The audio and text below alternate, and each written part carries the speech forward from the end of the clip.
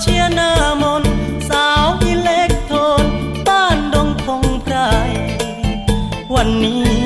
มีงานแสดงเมื่อยามค่ำแลงน้องต้องแปลงกายเปลี่ยนชุดนักเรียนมอปลายมายืนหลังไม่กลายเป็นศิลปิน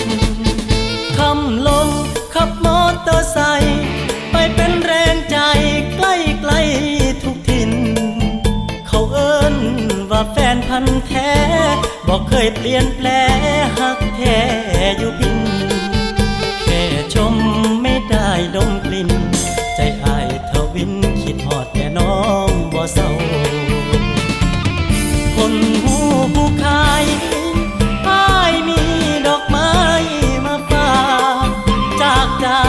แฟนเพลงคนยากเงินอ้ายบ่มีติบน้องคือเขา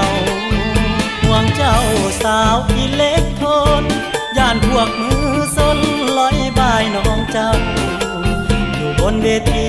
ดนตรีเร่งเราอ้ายแนมเบิ่งเจ้าทั้งดินเทิงที่ต้อนต่อก่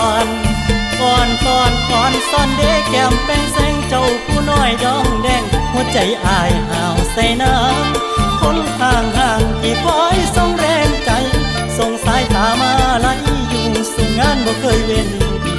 ยามเจ้าเต้นหัวใจพี่ไหวสั่นได้ยินเสียงเจ้าพูดแขนอันตันหัวใจอายแห้งละเมอถึกเบอร์งวดนี้จังเสียวเงินวางมาจำไว้ก่อนจะจ้างมาคุยสบตามาสืบภาษาหัวใจก่อนนอน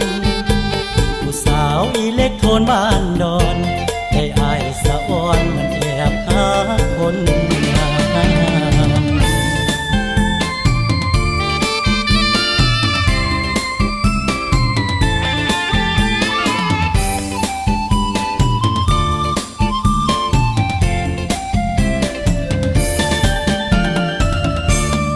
ที่ต้อนต่อ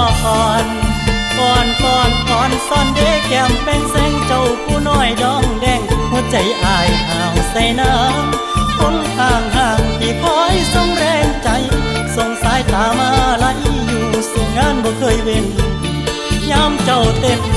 หัวใจพี่ไหวสั่นได้ยินเสียงเจ้าผู้แขนอันตันหัวใจอายแห้งละเมอถึก